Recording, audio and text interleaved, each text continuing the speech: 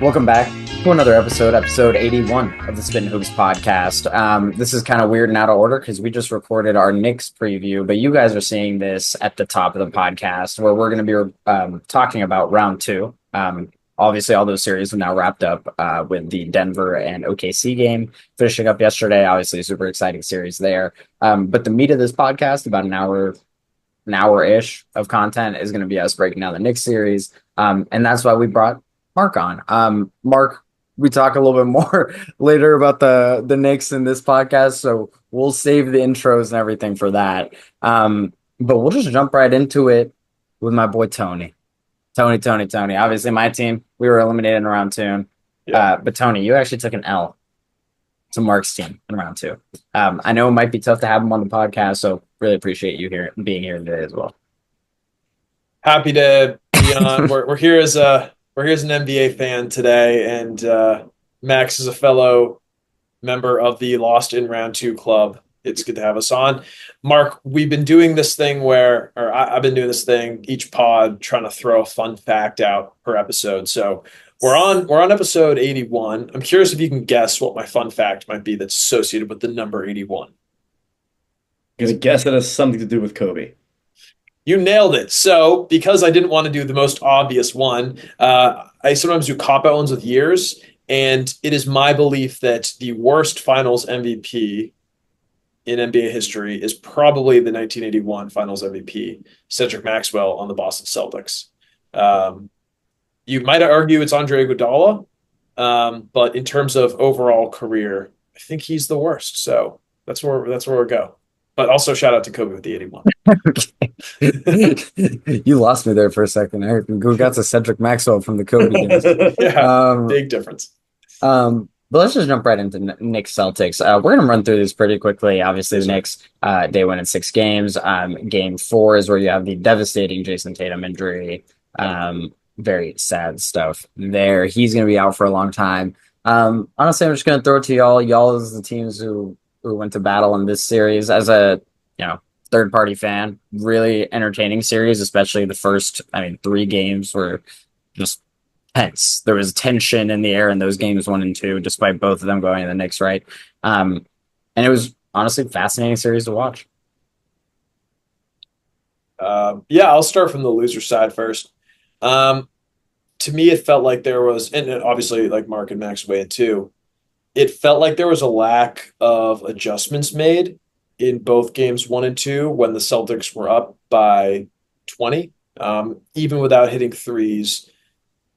That style seemed to have worked last year when they went to the championship. I think there were some things that maybe helped as well along the way with injuries, but we faced a very relatively healthy Mavs team that had peaked at the right time. So clearly the combination of defense, switchability, and everybody can do everything pretty well worked.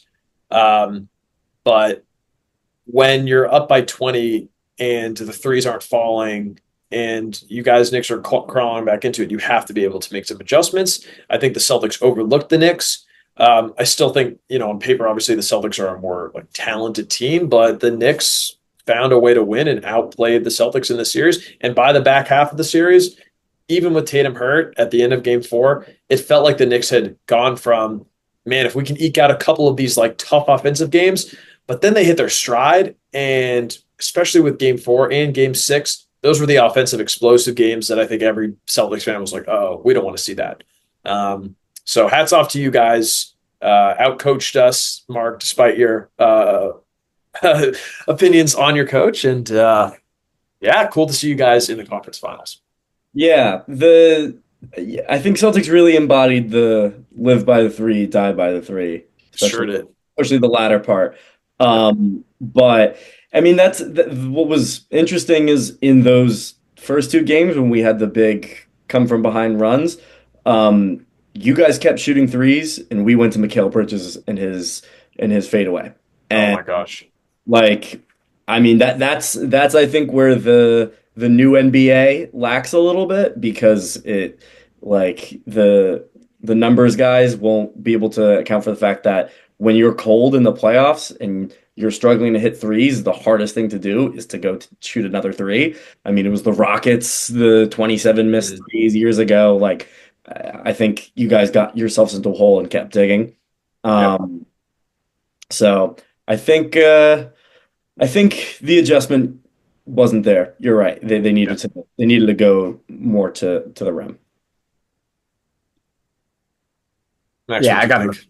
I got nothing to add. Honestly, I thought it was yeah, that pretty fascinating to see the die by the three stuff. I mean, it was like our criticisms, Anthony. I think of the Celtics for a long time has been like even with a lead, game starts getting close, it gets slow, start shot chucking threes. In the Yep. past, the leads have been too big to overcome. Here, the games just didn't slow down enough to stay out ahead. And then you got into late game and you saw the thing that we'll get to, I guess, later in this podcast, but it's like the Jalen Brunson hierarchy thing. The Knicks know exactly where they're going late game. Yeah. Brunson dribble down the court and like swing, open shot. Like, you know what's coming, but they do it so well. And Brunson's kind of unstoppable at that. Celtics, it's like you get the switch, and then it's like Tatum step back, Tatum 30-footer, Tatum 35-footer. Tatum gives it up, and it's like A lot of times.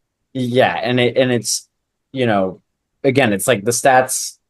I'm a stats nerd myself, but the stats nerds we can't like account for the fact that like a 30-footer that might be wide open that you're cool with Jason Tatum taking in the second quarter when you're up two and you're like, let's see if we get up five, you're wide open versus like, hey, third quarter we're up 15. If you brick this, it's like and they score right back down. The momentum there is a killer. So yeah, I thought that was kind of most fascinating. It was almost like this poison pill that we always knew about the Celtics. It never reared its ugly head last year, and honestly, Right. in game 1 and 2, it totally reared its ugly Yeah, head. totally. So yeah. I really like that take real quick on just like the efficiency and the analytics conversation. And this is the issue where I do think it kind of goes out the window. And Mark, I really like what you were saying about like the difference in the shot chart is because when I was thinking about this, and we'll talk about the series in a second, but during the Nuggets Thunder game 6, when they had Julian Strother out there and everybody was hitting threes, that ball, when it gets hot, the hoop looks as wide as the ocean. Like it's Yeah. so easy to shoot it. But to your point, the James Harden 27 missed three Rockets game, you have to figure out different ways. And just because the numbers say, oh, this guy shot 42% in this situation during the regular season or even during the playoffs, it doesn't really matter Oh, anymore. yeah. It Yeah. to a certain extent it matters, but you cannot continue to rely on it. And I think that to not have that ability to slow the game down, to step back and take a breath and say, okay, how do we want to approach this now? Like we threw our punch, it didn't hit. You guys threw your counter punch. What's our next move?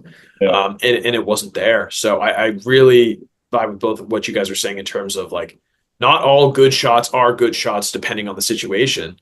Not all open threes are really open threes if you don't trust your shot. So it doesn't matter how open your shot is anymore.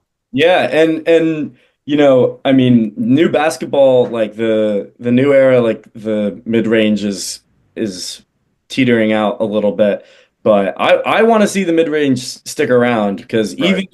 even if it's not, the smartest, most efficient use of your offense, like if anything else, I think it's a good changeup. To Mhm. have that like off speed to screw with the defense. And I think for Tatum and for the other guys, it could have been a good way to get out of their funk. I do want to say last thing on this series, and Anthony, you've been a class act in defeat. You've been very gracious, but Oh, dude. do have to get the belt out. Yeah. Oh my God. Well, what BT. That's crazy. That's crazy. All That's right, we can talk about other things now. I kind of want to stay on the same topic of the quality of shot stuff and the mid-range stuff actually too. Let's go to the Thunder and Nuggets. We're actually jumping conferences here, Yeah. but this is a series this is my favorite series to watch so far in these playoffs. This was just haymaker after haymaker, two top teams just going at it. Thunder trying to prove themselves, Nuggets trying to prove that they're still on top. Game one was a good summary. I mean, you get the Aaron Gordon game winner and whatnot, and obviously game 2 you get a blowout. Game 3 the Nuggets take that, but last 4 games are just absolute just haymakers getting thrown each and every direction. Aaron Gordon obviously playing game 7 with that hamstring strain, and the Nuggets just run out of gas then. Yeah. But this series I thought was a really good example of a similar thing where, the mid-range existing was one of those things where when it got into late game, you felt really confident that despite whatever, the Nuggets were struggling with on offense, with Chet guarding, and I heart guarding Jokic early in the series, you felt like Jokic should always get to those mid-range floaters. You felt like Jamal Murray could always figure out a way to get an open shot, right? By the end, the Caruso thing, I'd kind of argue Caruso's fouling Jokic on a lot of those plays in game 7. On the other hand, he's also absolutely strapping Jokic on the times he's not fouling him. And they kind of figure out something there. But I think like that was something that I thought was really fascinating in this series where, I think the Thunder were clearly the more talented team and the talent won out. But when games got close, it felt like the Nuggets had an edge. And that's why game 5 specifically, where the Thunder won a close game, was truly telling to, at least for me, as to their ability to maybe win a championship, because that was a championship level victory, game 5 specifically. So that's what I got on this series. I thought it was a great series, just great to watch. Yeah. No, totally. Yeah, that game 5 win was huge. And I think how SGA showed up, especially Jalen Williams showed up in those, like after game 6, there were some questions. I saw some Thunder Twitter having a lot of doubts about like, oh man, he's not our second scorer, kind of throwing out the trade package stuff. And the second quarter, again, styles make fights. I like that analogy of kind of Celtics and Thunder to the Knicks and the Nuggets of slowing it down. But that game 5 was huge. And then the end of the second quarter in game 7 was absolutely huge when they went on that torrid run. And that ability for Jalen Williams to just show up and hit like 5 straight shots or something like in the clutch, that was when it mattered. Yeah, this was a really great tune-up. I actually thought maybe the Thunder had too much time to rest between like the end of the regular season, still coasting, between smacking the Grizzlies around and then having too much time while the Nuggets battled their other 7-game great series with the Clippers. And then it was just the best player in the world in Jokic against a behemoth of a team that almost like the Pacers can keep throwing guys at you, even though they didn't play a lot of their guys too much. But this, I think the better team won. I personally, slightly selfishly, am excited to see OKC continue on to see if they can keep doing this. I was kind of getting tired of like the everybody hates OKC thing. So yeah, very, very excited to see. But Mark, what do you think? Yeah, I mean, I was really impressed with Denver winning that game 1. Was it 1 day rest Yeah, they had? I mean, right. back to back. That is insane to do. I'm taken, zooming out. I'm really taken aback by how mortal Denver has become in the last Mm-hmm. 2 years. When they won their chip, I thought this is their NBA now. Like they're Mm-hmm. going to be the team to beat, and now that's 2 years pretty unceremoniously getting bounced. So wonder what they go from there. I mean, I pretty up and down from Jamal Murray, who I thought of as a Brunson level consistent crunch time performer. But yeah, interested to see what they do from here. I think that's such a great point.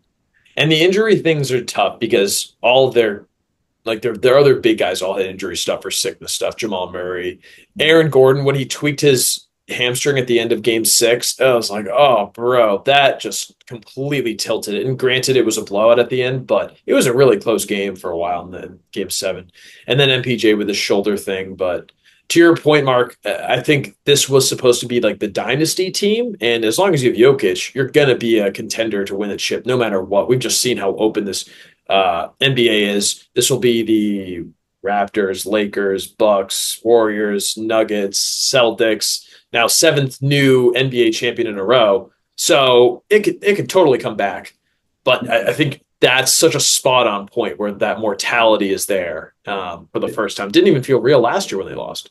Yeah, they feel a little stale. I think, Mm-hmm. especially the Jamal Murray as their second option. I think they could they could use someone new, someone fresh coming in. But Bam. I yeah, super disagree, actually. I think Jamal Murray's perfect for this team. I just think they don't have any shooting outside of him. Like, I think like Aaron Gordon's a great shooter when it comes playoff Definitely. time. Christian Brown is great and all, and he was good in stretches during, this playoff series. But frankly, when it comes down to it, I mean, you got like Peyton Watson and Russell Westbrook coming off the bench. These are black holes. This is also a team that just doesn't shoot three ball well in general, even in the regular season. And Jamal Murray, who is he's really good in these playoffs, still across the board, and so be it. But he's not the 27, 28 point per game scorer that he was in their championship run.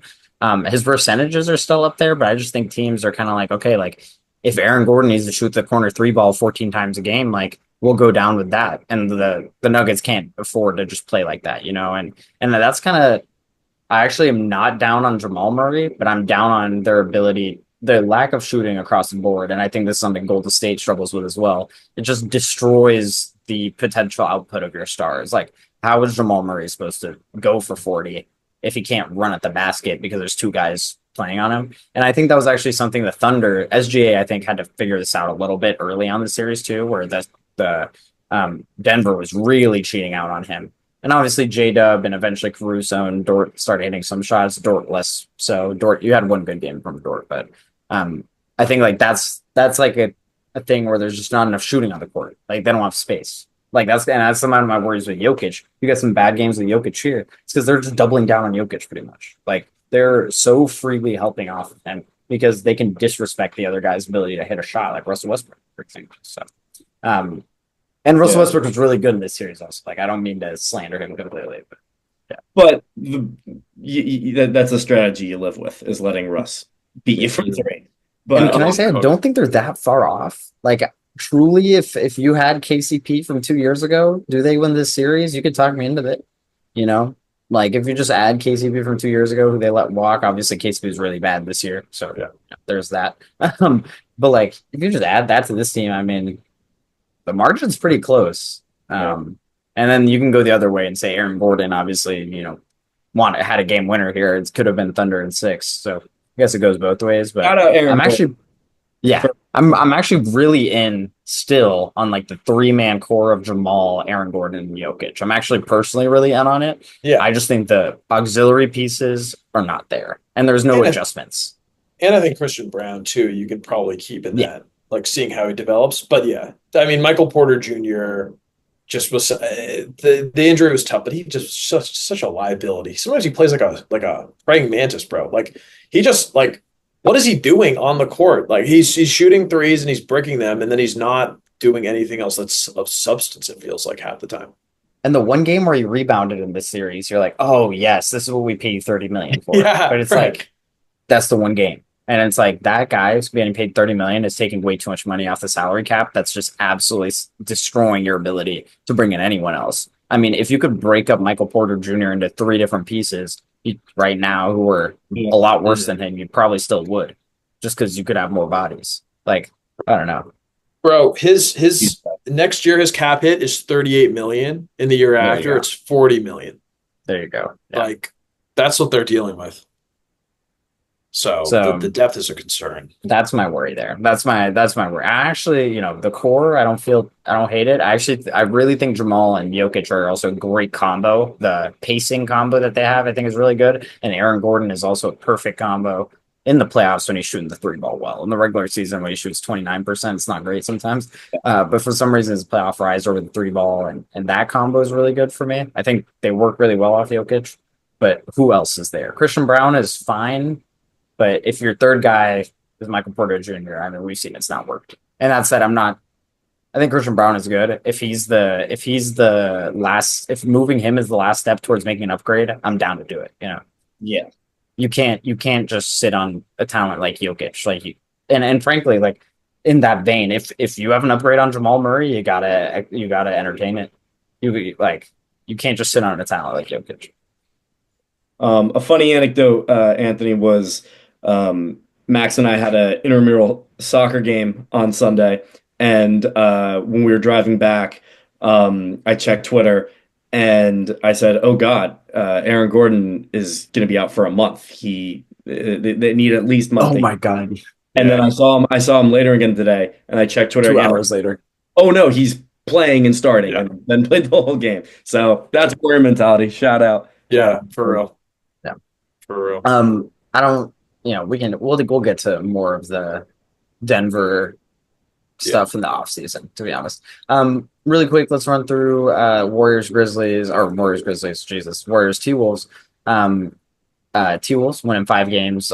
Curry plays around 13 minutes in game one before getting hurt. I think that's just how you have to start the series.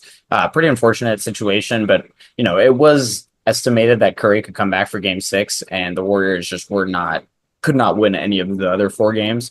Obviously, you have a close game 3, but outside of that, I mean, game 4 is a lot closer on paper than it was real. So, pretty disappointing, I think, series. If you're like Stephen Curry personally, and you're probably like, dude, if I could have came back for game 6, maybe we have a shot. But frankly, I think it kind of shows the gap of the lack of talent, frankly, on the Warriors side compared to T-Wolves. T-Wolves across the board actually shot the ball kind of poorly from 3 during some pretty major stretches. Still come out with a pretty comfortable series win. Yeah, thought they were really impressive.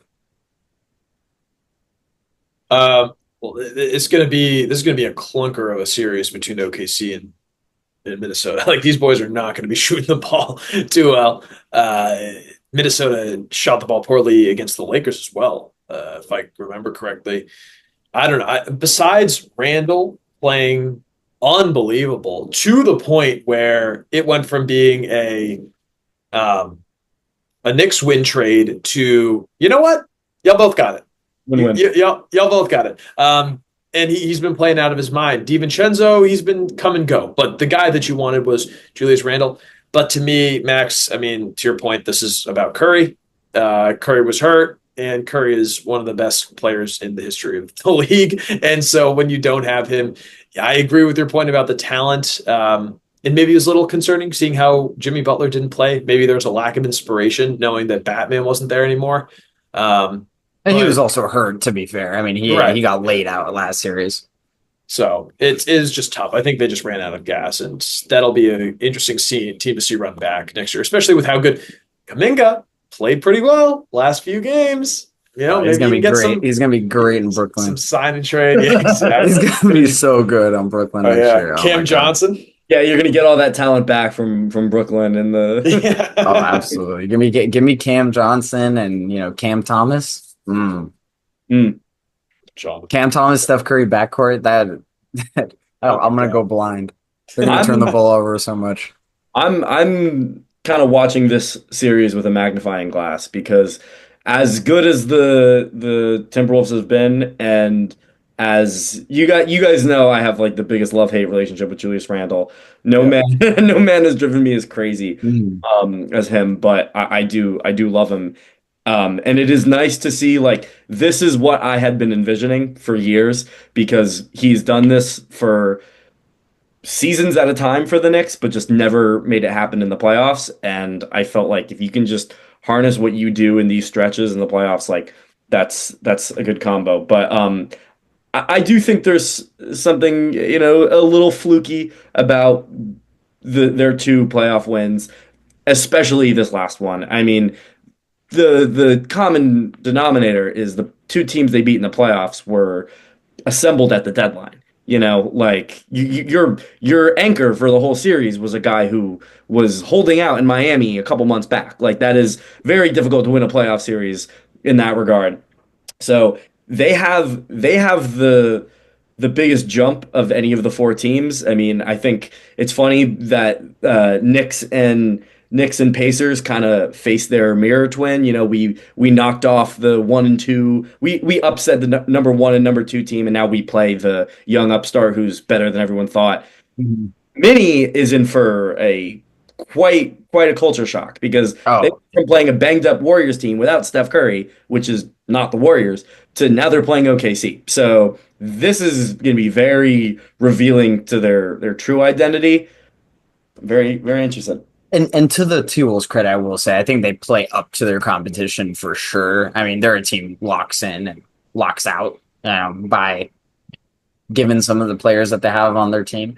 But if Julius is playing like this, I mean, the 5-man lineup of like Dante and Edwards, Jalen McDaniels, Julius, and Naz, like that 5-man lineup is one that truly can compete against a lot of different lineups against the Thunder that might not include iHeart. I think your worry is that the Thunder can just take iHeart off the court, and you're probably gonna have to take Gobert off the court.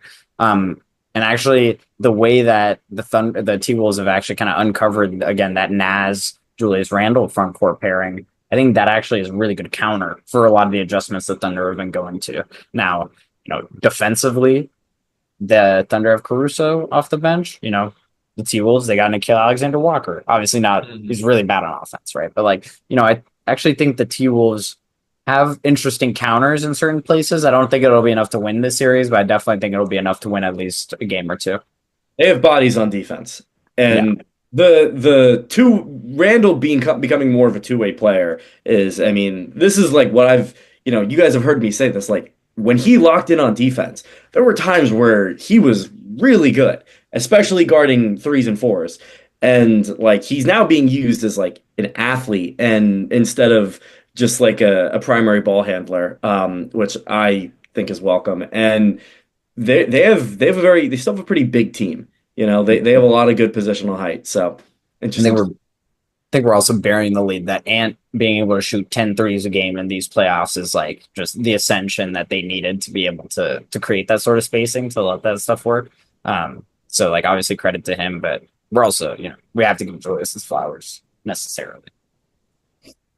Totally. But that was the question that I had, was kind of going back to the defensive point that you guys have both been talking about.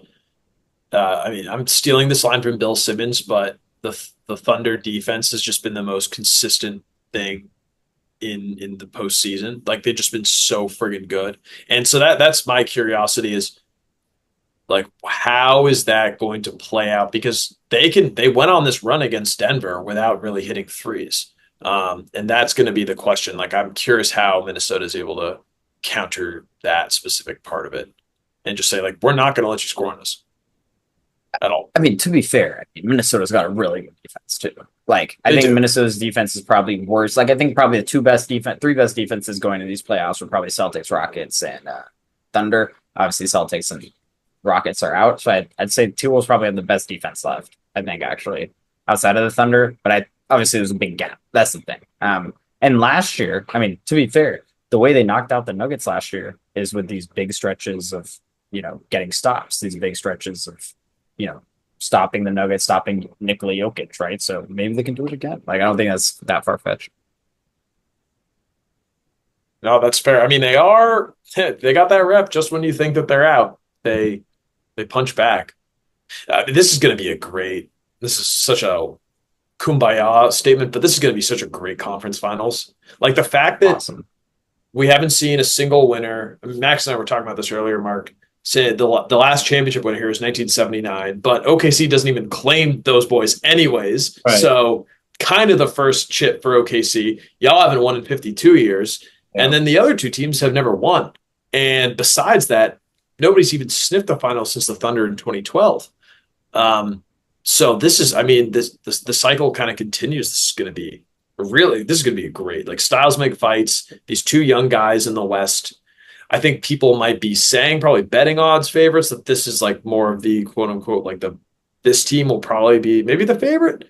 Whoever wins this series. But it's going to be very exciting. It's really nice to see like parity having returned post Cavs Warriors era. Yeah. And like it also makes it fun, like really believing that you can sneak your way in and that it's not predetermined. It makes everything feel more valuable. And it makes me like less inclined to have any strong takes on what I think is going to happen because I've been wrong all playoffs. Like I was so sure we were going to get swept. I was so sure the Cavs were going to sweep the Pacers. Like I would not have thought the Timberwolves get past the Warriors or Lakers, and I've been wrong every time, and I'm happy to be wrong because it makes it like it's why you actually watch the games. Yeah. No, I totally agree. That's kind of all I got on this series. Should we, yeah, do I predictions? mean, yeah, yeah. In this age of parity, I'm gonna still take the Thunder, probably winning by 5 and 5. Yeah. As much as I do agree with that point, I mean, I think there's more parity. I mean, and Tony and I have waxed poetic about this. I think this is like the 1970s recreated in terms of the NBA history. But, I think the Thunder are kind of an outlier this year. I think the Thunder are probably the best team left by some sort of margin. Yeah. Yeah. So I got them at Uh, 5. hmm. I'll be brave and say Thunder in 6. I think Thunder in 5, and I think it's gonna be a close 5. I think it'll be five tight games, but I don't know. SGA was saying it in his own presser. They win, they find a way to win no matter what, and they can win in any style of game. So I think he was saying whether it's, good, bad, or ugly, they find a way to stick it out, and I think that'll be the difference maker. Yeah, I totally agree. Also, SGA can go up a level in terms of shooting in these playoffs, and we'll see about that. Like, I think Minnesota also can go up a level. Like guys like Dante still are not shooting the ball to the point that they can be, but I think it can also be said with the Thunder as well. So we'll see, and obviously we'll be covering all that here. I think we already did a good amount of Pacers, Cavs. I think we kind of leave that there. Honestly, well, to be honest, in that series, it's just about y'all. It's just the Cavs not living up to expectations. I think a lot of the Cavs conversation has to come this offseason. Kind of looking back on what went wrong. Obviously, there's some injuries, but they just Yeah. got rolled over. They need dogs. Yeah. I mean, Yeah. Garrett Allen's got to go. He was horrific on the boards, and this is now 3 playoffs in a row. It's just like a lot of money to be paying a guy like that who, you know, I Like, know Mobley was likes to hurt, remain but too broke. yeah. Yeah. How ironic that last year the Cavs won as many games in the postseason as they did this year. They won 5 last year. They won 5 this year. Yeah. Um, My final thought just on the parity thing is I think, and this is also why as a Knicks fan I feel like there is an urgency to win now, because the way I look at it, I think the Spurs are going to make the playoffs next year, and I don't think they're going to miss the playoffs for as long as Wemby's here, and the Thunder still have, every first round pick in the league. I think we're running out of time for non-Spurs OKC Thunder teams to start winning. So, Knicks, let's get this done and let's close it out. yeah, I mean, but Mark, honestly, to your point, with the CBA, and maybe this is a off-season conversation, but I saw something that you're saying it is a hard cap. Yeah. Functionally for what the Celtics can or can't do, for what all these teams, I mean, Phoenix is just hamstrung forever. For what these teams can or can't do, and the Thunder are going to get to that point sooner rather than later. And so are the Spurs. And you said this earlier, it's a great point that Denver 2 years ago, 1 year ago, looked absolutely immortal. Fair. And how quickly that changes. And so that's the one thing where, granted, y'all, I'm glad we got our chip. Celtics got our chip. Happy that we got it. Whew, get it out the way. So, for your sake, hopefully you guys can get it done. But I think we're just in such a parity era, and I don't know what will change that. I mean, I will say, I think the CBA thing, the clear counterpoint is just you could have 3 or 4 guys under the CBA and continue trading away your guys for picks and continuing to use picks to draft high-end prospects like the Chets, like the J-Dubs of the world, and continue to try to win. And in theory, the only teams set up to truly do that are if the Celtics get off their guys and maintain quality. But the Thunder, in theory, if they're about to go over the salary cap, they can trade iHeart and 4 picks and get a top 5 prospect. And now you're just running it again. So that, I think, is the worry with the Thunder, is that even with the CBA, they can just keep picking high-end prospects. And then the Spurs, it's kind of the same idea where they have 3 or 4 established guys. And frankly, they might even have higher end talent to potentially make up for the lack of picks that the Thunder might have. So I think that's my worry with the long-term The Thunder can of just the keep Thunder? throwing. They can just keep throwing picks at whoever has the cheapest contract in the league every year. You know, Yeah, find at the that's a good deadline, point, actually. find a guy on a good contract, throw that probably bad team 2 picks. That's actually a good point too, honestly. And like that's going to be a pretty sustainable business model because they don't even have to start doing that till 2 years from now, probably. I mean, what Yeah. Chet's in year 3? Jesus Christ, man, we're screwed. All right, with that, Yeah. we're gonna jump right into the Knicks preview right now. All right, so Knicks obviously advancing. Tony, you might have the history better than me on this, but like, when's the last time the Knicks made a finals? This like got to be what 96, and then before that, even longer, right? The 70s, maybe. Um, so Yeah, it's pretty been a historic minute. stuff. Yeah, pretty historic stuff. Mark, obviously, you're the specialist here. You can take it away, but you just got to tell us how you're feeling. Over the moon. This like I used to watch Alonzo Trier, man. I used to like Hardaway on my team. I mean, like I told myself that Courtney Lee was going to turn our franchise around, and it it feels surreal to be in the finals or in the conference finals, excuse me. But yeah, I also had no expectation of us beating the Celtics, so I feel pretty damn good right now. Yeah, congratulate. I mean, yeah, I saw a tweet that was like, "Hey, Langston Galloway's looking pretty good," and they quote tweeted it like 10 years later. Like, bro, it's been so long. Yeah. Um, yeah, I think first conference finals appearance since 2000. The first last finals appearance in '99. That whole Ewing theory thing, and then before that '94. So it's been a long time for your boys. New York is relevant, man.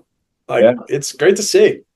I Yeah. hate it as a Um, Celtics fan, but I, it's I'm great I'm to see. sure I'm sure we'll get into my criticisms of Tibbs, but I like be that as it may, like this is him. Like when Leon Rose took over, he hired Tibbs, and a lot of people weren't loving it. The criticisms that exist now still existed then, and people I wanted Kenny Atkinson, who is still a great coach, but 4 playoffs in 5 years, 3 years in a row winning a playoff series. This year we've now won two. Tibbs turned around this franchise. We used to be a laughing stock, and now we're in the conference finals.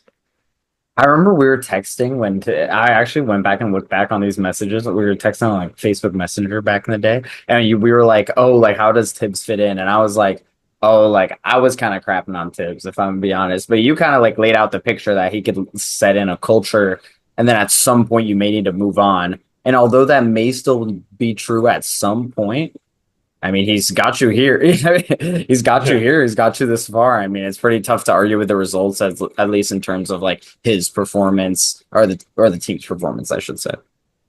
Yeah, I don't remember being optimistic when it happened, but I'm happy I was. You were like, this is what could see Yeah. happening. Like positive, like best possible outcome. I feel like. He does build culture. A Tibbs team is normally, they crash the boards well. This year has been kind of an outlier in defense, but generally good defensive identity, scrappy, tough to beat, physical.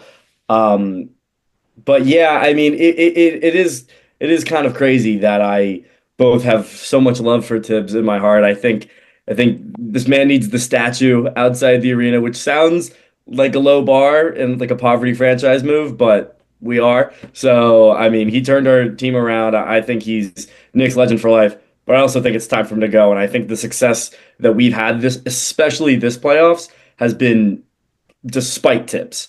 You know, Really?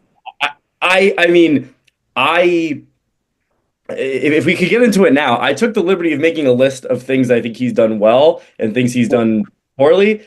It's a lot more of the stuff that he's not doing so well. Are we jumping into the negatives too quick? Should we cover Yes, some more of the you're right. positives? Okay, should we cover? So That's the bitter New Yorker in me. Sorry. I feel like painting a picture of this team, right? Like you come into last offseason, already this is a very good team. You go out, you do the fan favorite move of going and trading for Mikal Bridges. You get the Villanova four-man going right there.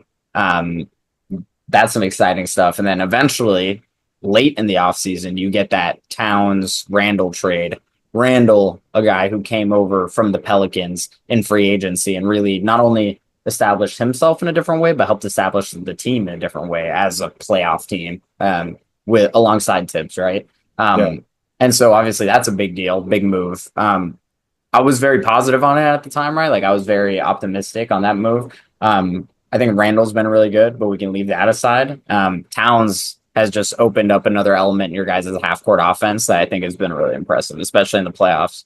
And so from there, the season rolls on. You guys are just playing people heavy minutes. You get some Miles McBride, you get some campaign, you get some Mitch Robinson, but he doesn't come around until the end of the season, right? So a lot of question marks. And finally, now the team is rounding into form, still with the big minutes happening, but no injuries. And that's been a godsend and resulted in y'all balling long term. I mean, so yeah, sorry, not just because the injuries, obviously, but yeah.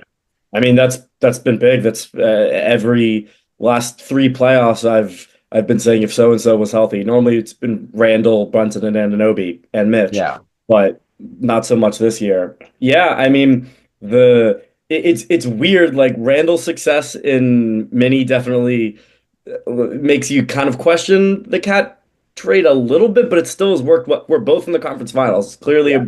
been a win-win. And you're right, it does add an element of specifically three-point shooting and spacing.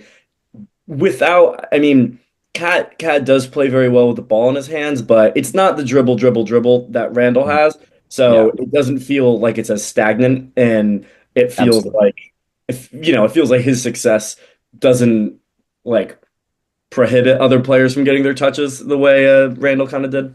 Yeah. And on the cap point, I think we'd be remiss to not talk about the way that's unlocked Josh Hart too, obviously. So yeah. That's a really good point because Josh Hart has been getting, I don't think he started much for us the last 2 years we had him, and this year it's been all the time. I mean, he's been a godsend. No, he's unbelievable. He had a career high in boards this year, almost 10 rebounds a game, which for a guy who's 6'4", you just don't see that very frequently anymore. Really love everything that you guys have been able to do, especially after going 0 for 4 against the Celtics, losing both games against the Thunder, losing both games against the Cavs. Like there were a lot of questions about this Knicks team going into the playoffs and then having a tough 6-game series against the Pistons. I mean, credit to you guys. I think it's really easy for a Celtics fan to say they blew those first 2 games, but you got to give the Knicks credit for hanging in there, like the point about the culture piece, and just not giving up. And we haven't really talked about Brunson either yet. And I'm sure we're going to talk about wax poetic about this guy, but he is fucking unbelievable. As a fan of the Celtics, I didn't really quite get it. Being on the other side against him, being like, yeah, this guy's pretty good. But every single close game, it just feels like he makes the right decision. It feels like there's a pecking order that makes sense. I think Mitch Robinson coming back just completely unlocked a different element. I mean, your guys' offensive rebounding and defensive rebounding, just the defense, the second chance points, the ability to muck it up, the ability to play clean offense. I mean, Mikal Bridges after this entire season too, just kind of jumping over all over the place. Just such a sound team. And to your point, Mark, like you guys had unlucky injury history. Last year, you guys would have made the conference finals, let's be honest, if not for the injury stuff. So it's really cool to see. And we'll talk about it in a second, but now you get your rematch against the Pacers. Yeah, well, you hit on a lot of good points there. And on Brunson, I mean, his biggest intangible is just he's such a winner, Oh, and like not extremely athletic. He's undersized. Everything on paper would lead you to think this guy is solid, but he is just when it matters most, he does, like you said, he always makes the right play. But yeah, I mean, you hit on something that I've been thinking about a lot, which is we were, despite being a third seed with 50 plus wins, it felt like an underwhelming season because of what you said. We got killed by the Thunder, the Cavs, and the Celtics, and it looked like there was a big gap between us and them.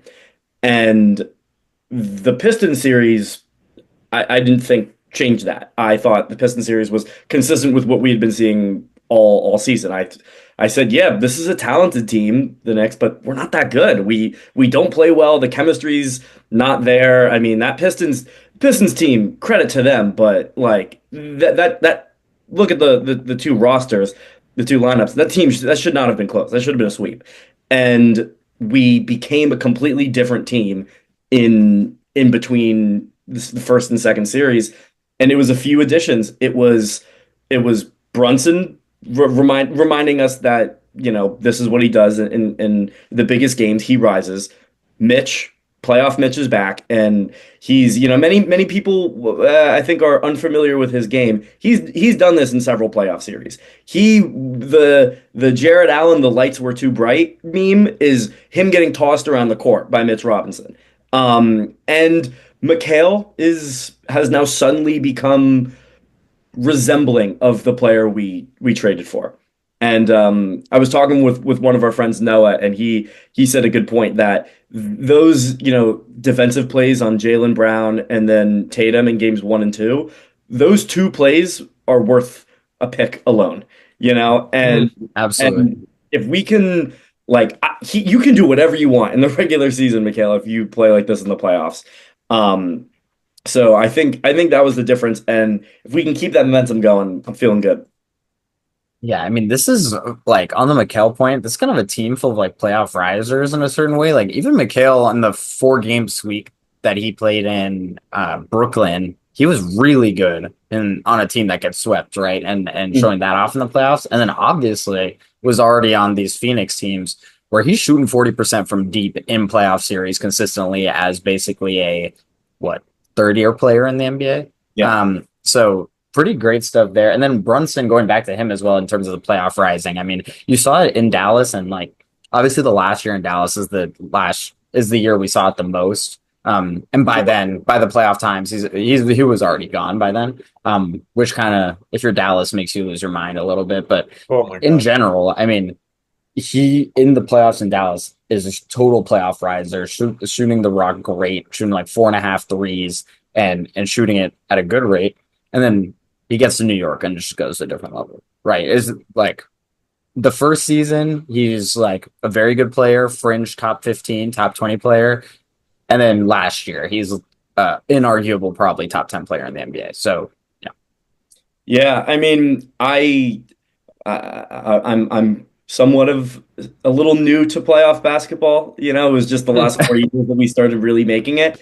And we made it 2012 and here and there, but last 4 years, 4 of the last 5 years.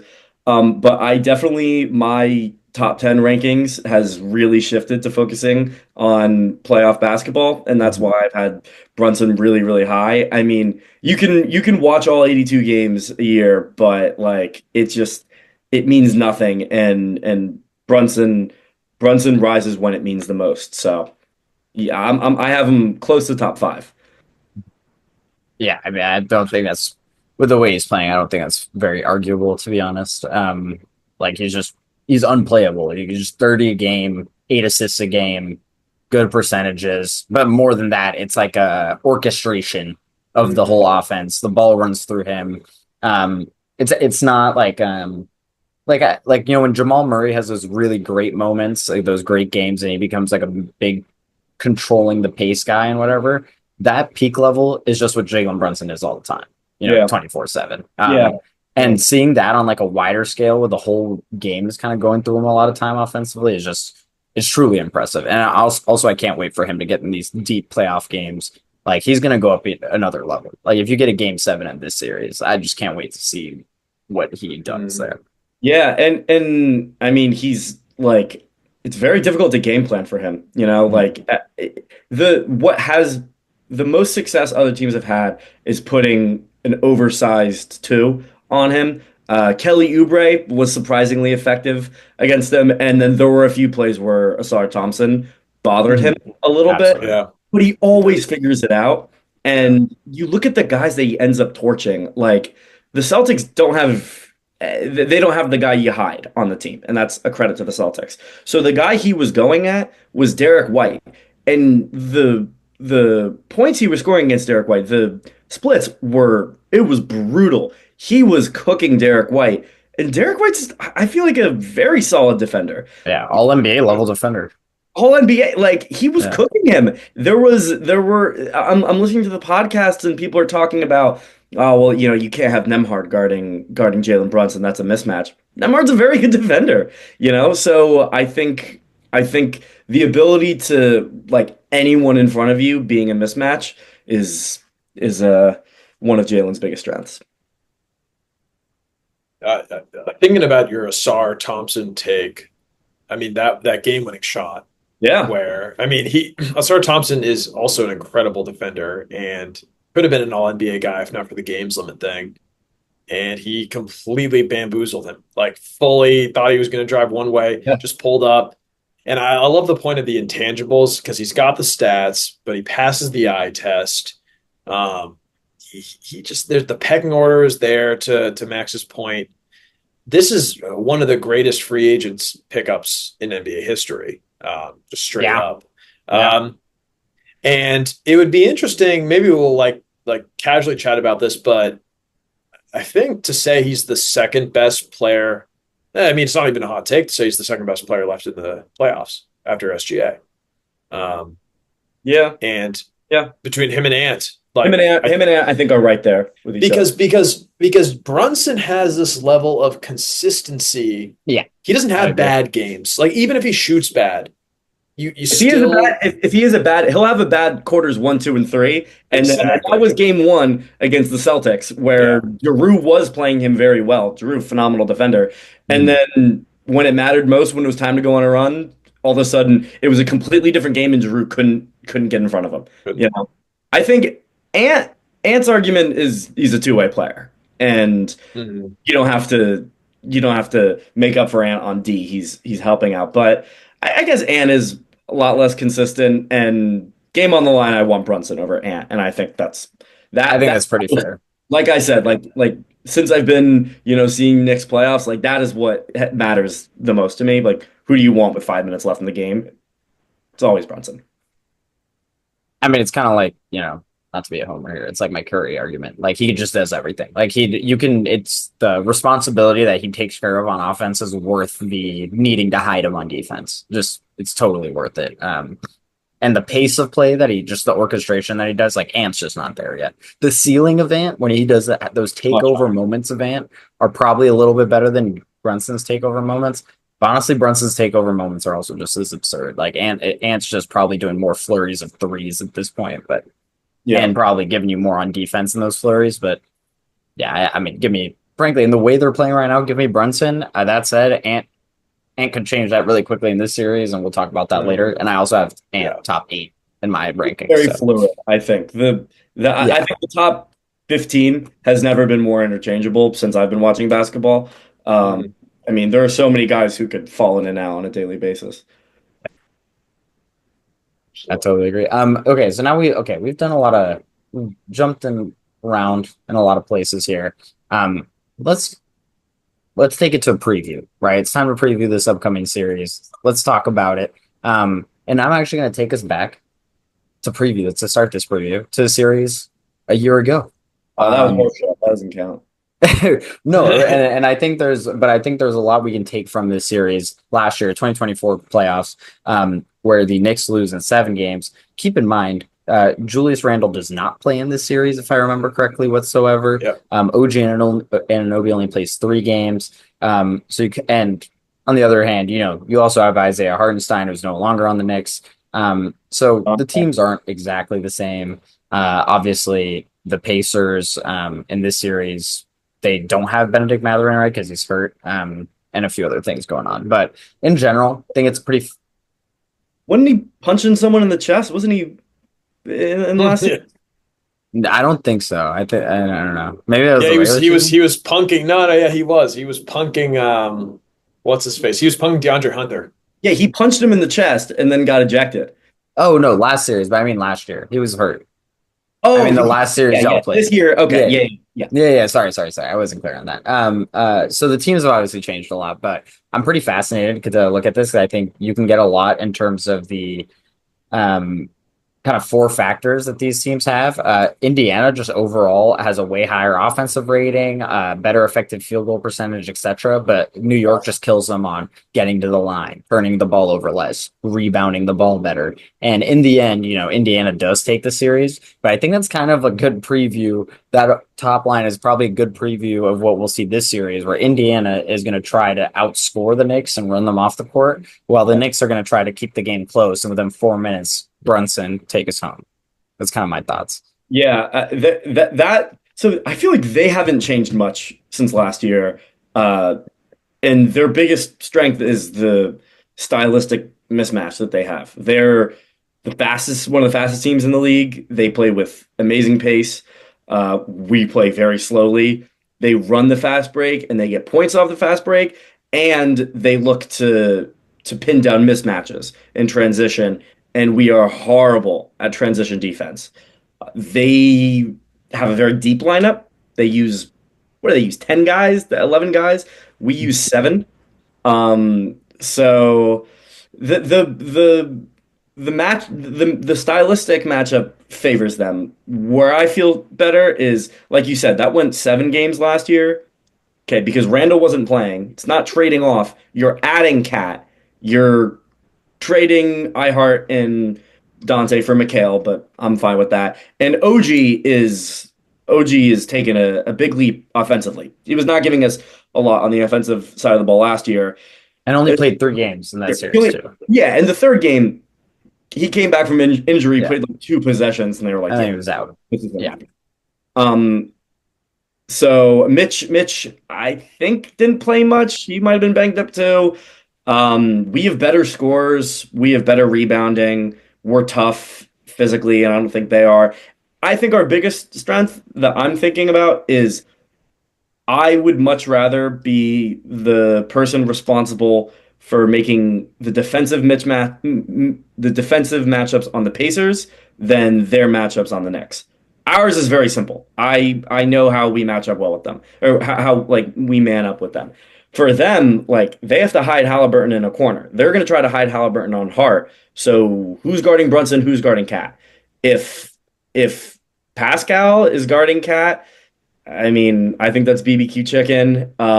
If they're gonna have to do Neesmith on Brunson, and I think that's a mismatch too. I think that's their best matchup. I don't think that'll work out very well for them. I mean, I'm sure they have multiple looks they'll throw at Brunson. Like at this point, you can't really just roll with one. It's just gonna be throwing stuff at the wall. Tony, what do you think? I mean, this Pacers team, I know Celtics fans, there's the big meme that be afraid of the Pacers, but you've been high on this Pacers team, I feel like, for a while. Yeah, the only one I got wrong was thinking that Giannis was somehow going to beat this team all by itself. But I did say that Pacers are going to win this past series against the Cavs. It's the weird thing now is this playoffs has just thrown, besides OKC maybe, has just thrown everything up in the air. And I think Minnesota, you can like tell yourself how it makes sense that they got there, especially with Curry being out. But with New York winning, it's Mark, to your point, it's taken it like, do we really have what it takes to this? Like, I don't see how we could maybe even lose. I mean, Indiana kicked the shit out of Cleveland. And to be fair, some of those games were pretty close. But the closeout game, no, not the closeout game, game 4, the most important game, they absolutely destroyed Cleveland. I think they doubled up their score. It was similar to the ass kicking that New York gave Boston in game 6. I mean, I just have been very impressed by this team. I was very impressed with them last year. They just have this team of zombies where you just think you've killed one of them. And then all of a sudden, you got TJ McConnell sprinting to the baseline and firing up a 10-footer. It just never stops. And you have Andrew Nembhard, who has the highest three-point field goal percentage in NBA history now. That's a playoff riser for sure. Halliburton has caught this amazing groove. Siakam has been on a tear. Miles Turner has been playing great. To your point, the depth, I just think it's something that is really, really going to be hard, especially with all the running. And as tough it is for Halliburton to hide, if you can just keep attacking Brunson and if you can keep attacking Cat, Yeah. That the foul history is going to be an issue. As a bit of a, I'll throw my Celtics fan a little bit in here because I do think there was as much of the Knicks came and took that series, especially those first two games. They were 20-point leads. Does Indiana make those same mistakes if they're able to outrun and gun the Knicks? Not sure. Maybe their inexperience and lack of championship pedigree makes them also fold under the pressure. Maybe it doesn't. I don't know. I mean, I'm going to be a wuss right now and let's say the series is going to go seven. And I sure hope it does because these two teams hate each other way more than the Knicks and the Celtics or the Celtics and the Pacers do. But I don't Yeah. know. I also think their defense is good. So it's tough to say. So something talking about the Celtics, something that was, I think, very jarring for me watching the Celtics, and the Celtics, I think a lot of Celtics fans should be disappointed in that series. I saw why you guys are so good. There's never been a Knicks playoff series in the Tatum era, and this was my Right. first of like a deep series playoff Celtics. Like I get why they've been so difficult to beat. And the thing that was jarring and stood out the most to me was how good you guys were at getting switches and getting the mismatches. Mm-hmm. For the majority of the Pistons series, it felt like we wanted OG guarding Cade, and that's what we got. And Cade played amazing. He passed the ball very well, great defense, put up a lot of points, did not shoot the ball well. He was very inefficient. And if the opposing team is scoring 30 points on 25% shooting, you live with that every day. With the Celtics, I felt like Tatum was never being guarded by OG. Every single time he would go down, screen, switch, and then it's Cat and Brunson versus Tatum. Mm-hmm. Brunson surprisingly held his own, but Cat did Yeah. not. Cat got into foul trouble, and I think the reason why it didn't bury us is because Tatum didn't have a great series outside of the last game, and last game he played. So that's a big question to me. In the half court, I can't see the Pacers getting the switches and getting those mismatches as easily as the Celtics did. I was really blown away by how good the Celtics were at hunting. But that's the problem I was saying earlier with like pinning down on the transitions. Halliburton's going to get into the open court. He's going to find Brunson backpedaling. He's going to run at him, drag him to the left side, and then our possession already starts with us scrambling. So that's if we can avoid that, and if we can get back on defense, which we are terrible at doing in transition, I think that's huge. But I want Mikhail guarding Halliburton the whole series, and I want OG guarding Siakam the whole series. And if they can stick to that, I think we have a very good chance of winning. I think the Pacers are going to try everything in their power to get Cat and Brunson out on skates. Yeah, and I think the Pacers, like the thing is like they're still much more of a team offense in terms of like ball movement and where the ball goes. Like they're not necessarily the types that are gonna attack every single time down the court and like ISO. You're not gonna have Halliburton just ISOing up Brunson every time down the court, right? But the thing is, they're just gonna run just these. They're so fast. They're just gonna run these guys down the court, right? And I think a different point here. I think a difference in this series compared to the last series is I think the Knicks defense is a lot better, surprisingly, even with Towns, their half court defense. Yeah. And then on the second point, the Pacers defense is substantially better. I mean, last year, I think that was pretty mid defense, but as a team unit, this playoffs, they've actually been quite impressive to me, at least. Granted, Cleveland, you got a few games of injuries. The Bucks, I mean, I said on this podcast what I thought about the Bucks going into that series. They've been good. Yeah, but they've been really good. And so I think that's going to be an interesting facet of like, if these games get grimy, and I guess this is where I'm kind of previewing my take. If these games get grimy, I'm just curious where the Pacers go. And if Andrew Nembhard is shooting like he is throughout these playoffs and last playoffs, and then like Tyrese is closing out games like he did in the last two series, that's one thing. But, we've seen it for Brunson. We've seen it for many playoffs from the unit of all those guys. And I think this is going to be a grimy series. And in a grimy series, I'm probably going to take the Knicks, given this makeup of the team, over a Pacers. Because the thing about the Pacers, man, they play 10, 11 guys, but when it comes down to if it gets to game six, Jarris Walker's not playing. Right. Ben Shepherd is probably not playing. They've had some blowouts too, which inflates it. And that should be the Knicks strategy because the Pacers aren't extremely talented, but they are deep. And the depth, the thing is like their depth players are very flawed. Very familiar with our good friend Obi Toppin. And Obi is like one of those guys who's instrumental in them starting a 20-0 run, right? Like he's unreal in the fast break. He doesn't really even try to board on the offensive glass. He's cherry picking like LaMelo Ball at Chino Hills. He's trying to get those open dunks, and that electrifies the team, that gets the crowd going if you're in Indiana. So we have to counter that by hunting him on defense. He's actually not terrible protecting the rim, but he's bad on the perimeter. Like our message to Rick Carlisle has to be, okay, if you want to bring in Obi, like we're gonna make you pay for it. And if you're gonna go and seek those fast break windmills, like he's gonna have to play a little pick and roll with Cat and Brunson and make him get off the court. I think Obi Toppin, like his passing at this point also keeps him on the court. Like I actually think his passing is quite good for a big man in the half court. But is that enough of another aspect? Because, the Pacers are all shooting 50% from three. Like, Benedict Mathurin, if he goes 0 for 5 in game 6 and it's the second quarter, like, Rick Carlisle might go away from it. So, although those are adjustments, I think that's also just, the consistency aspect. I'm pretty worried about that for the Pacers. Yeah. And, if Carlisle big brains it, and you get the big Benedict Mathurin game who has 35, and then the next game you get a big Ben Shepherd game and he has 25. That's gonna make it really hard on the Knicks. But also, am I gonna bet on that? That's kind of my issue here. I think the Pacers are really good, but I really tend to kind of lean towards the Knicks in a series that I think is gonna go 7 games as well. Frankly, yeah. I'm just kind of looking up the matchup right now. So it'd be Halliburton, Brunson. It'd be Nembhard, Hart. Wait, and then guarding who? You probably have Hart guarding. Or just who's the shooting guard? Yeah. Lining it up 1 for 1.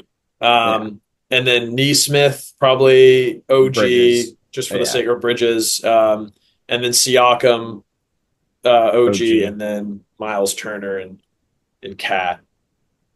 I just think that the depth, even if Mathurin or Ben Shepherd are having good games, I struggle. This is a tough one to predict because they're good. They're really good. I'm not worried about any one player. I'm just worried about the speed.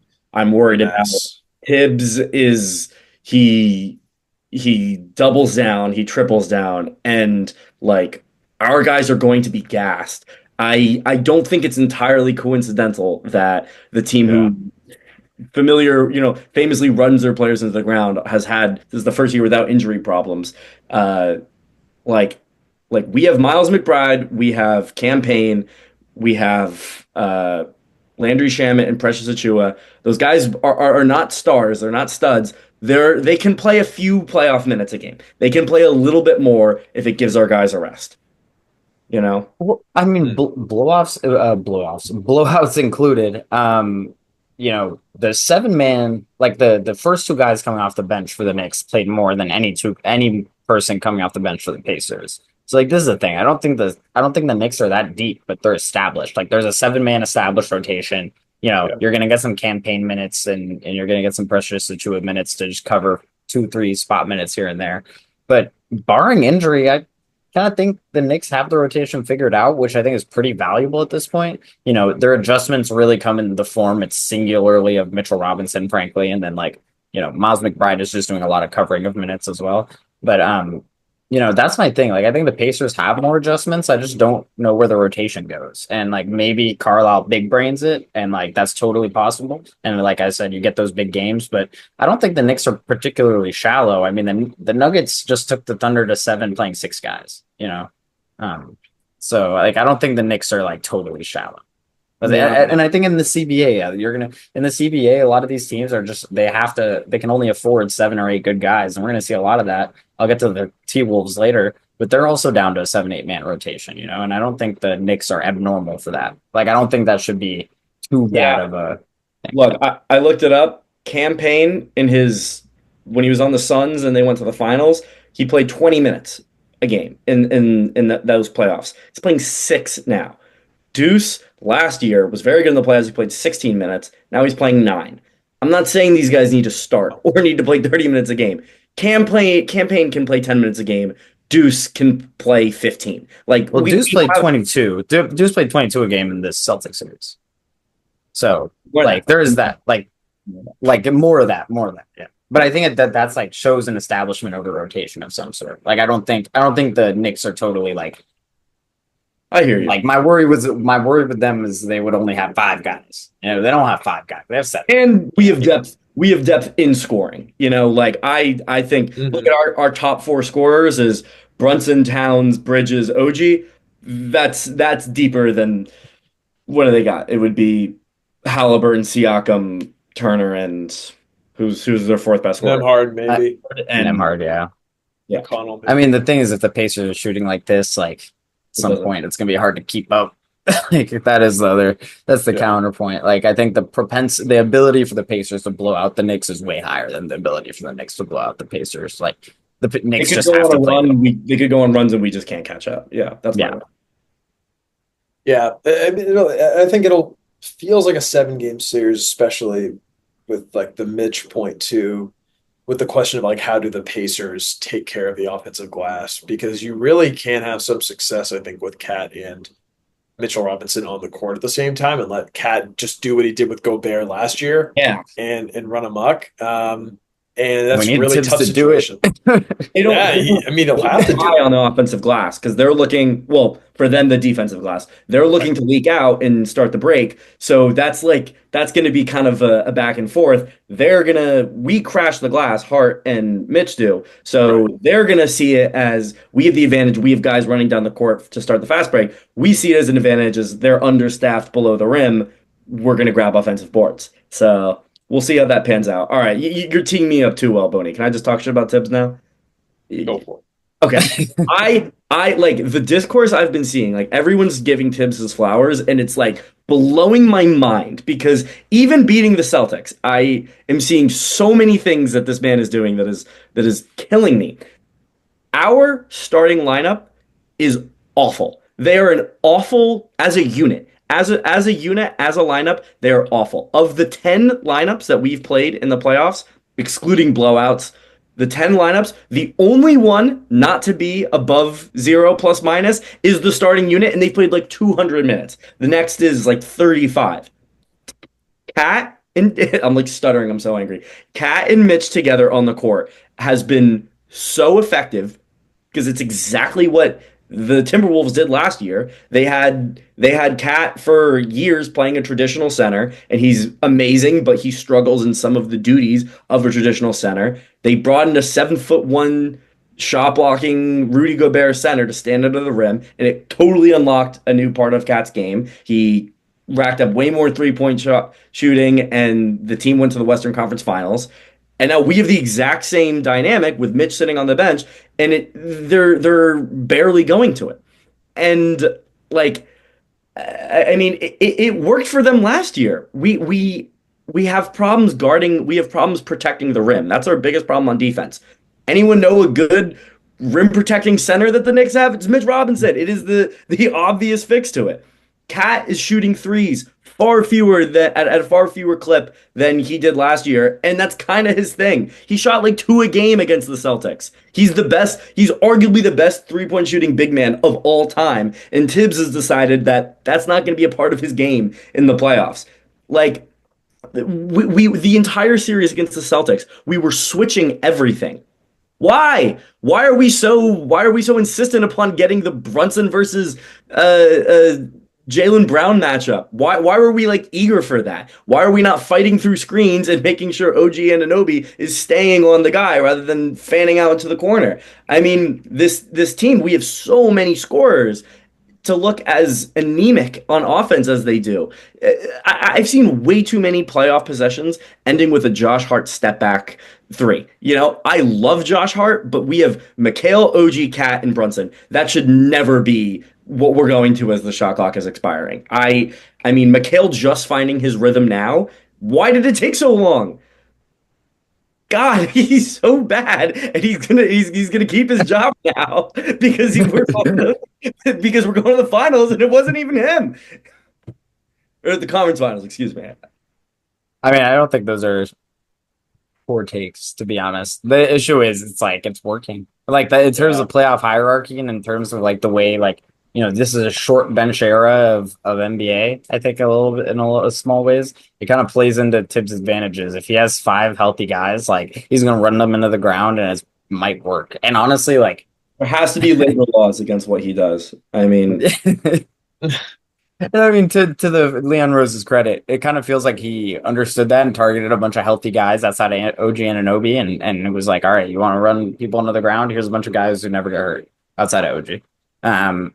And it's kind of worked out. I can't believe it. I can't, given the numbers, given the amount of sometimes with Mikal Bridges, it's like, seems like they're just banging a head against a wall with him. They're just paying him 38 minutes a game. And it's like, figure out the offense. It's like, maybe McCall needs to not be tired 24/7 to figure out his offense. Or maybe draw a play for him or something, crazy. Yeah. But that's a good point. The reason why I would be hesitant to move on from Tibbs is because you can't be sure that anyone outside of Kerr, Spoelstra, and 10 years ago Greg Popovich, you can't be sure that any of those guys would be better. There's a lot of, last year we would have said Joe Mazzulla was one of the top masterminds in the league, and he's still nice, but this year he got outcoached. So it's coaches are fickle. Mike Malone might not, be better than Tibbs, but for me, it's like I'm frustrated seeing Tibbs get the flowers for this because I really think that we're winning despite of him holding the team back.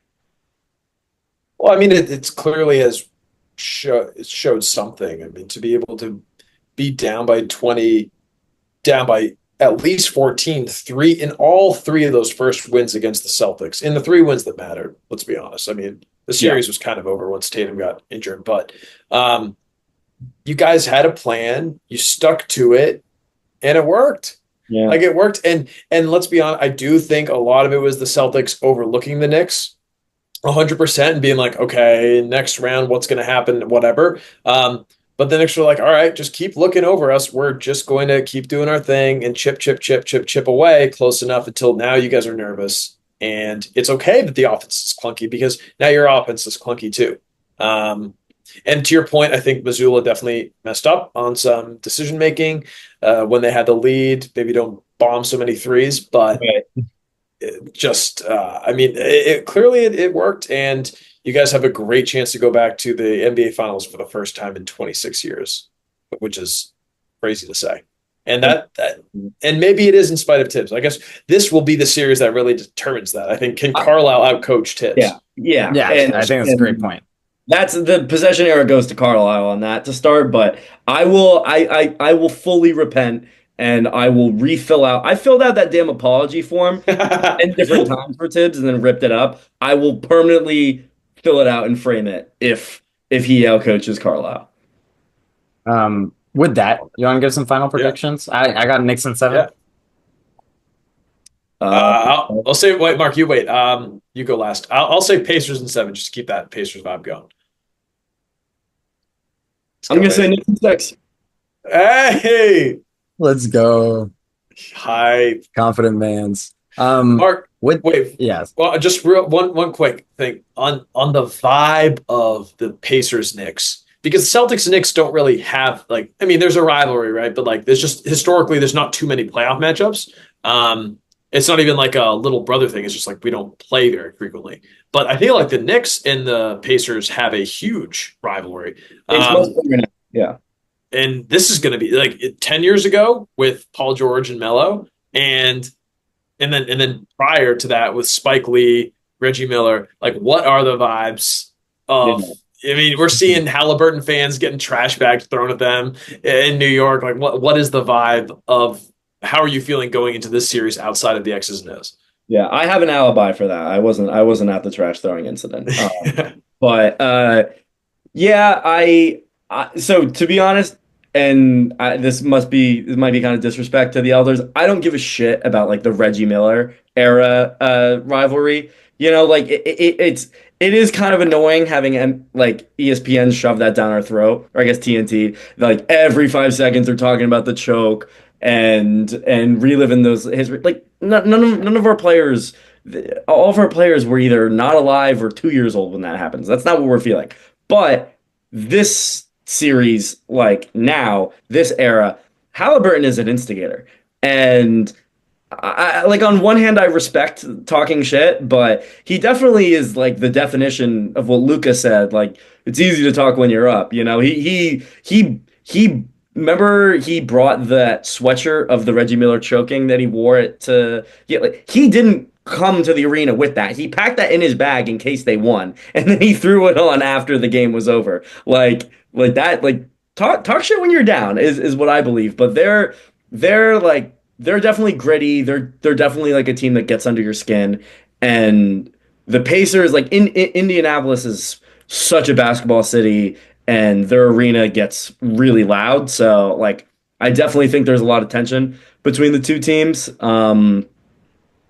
I'm interested to see the Pistons seemed like they wanted to rattle us, get under our skins, ignite the rivalry, and it definitely did make things a lot more physical. The Celtics, that doesn't seem like their play style. Like most of the guys on the Celtics just seem like really chill dudes. Like Drew Holiday is not starting a fight. Like he's a nice guy. So is Tatum. But I think that is something the Knicks have to be ready for. Like Halliburton's gonna try to get us rattled. They're gonna get what is it? Is his dad gonna come to the games and start Yeah. like fighting Giannis? Like Him and Spike Lee are gonna stand across from each other. Spike Lee will be involved in some way, shape, or form. I love it. Gotta beat these guys, man. I cannot lose to this team twice. Fair enough. I love I'm it. excited. Wednesday, baby. So now you've heard the podcast, you've heard the Knicks stuff, you've heard our round two breakdown. Just want to say thank you to Mark for hopping on the pod, as always, our resident Knicks insider. Better than Stephen A, better than Spike Lee, the GOAT. Better than Timothy So, what? I'm better than Spike, but below Timothy Chalamet. The GOAT. He's done the impossible.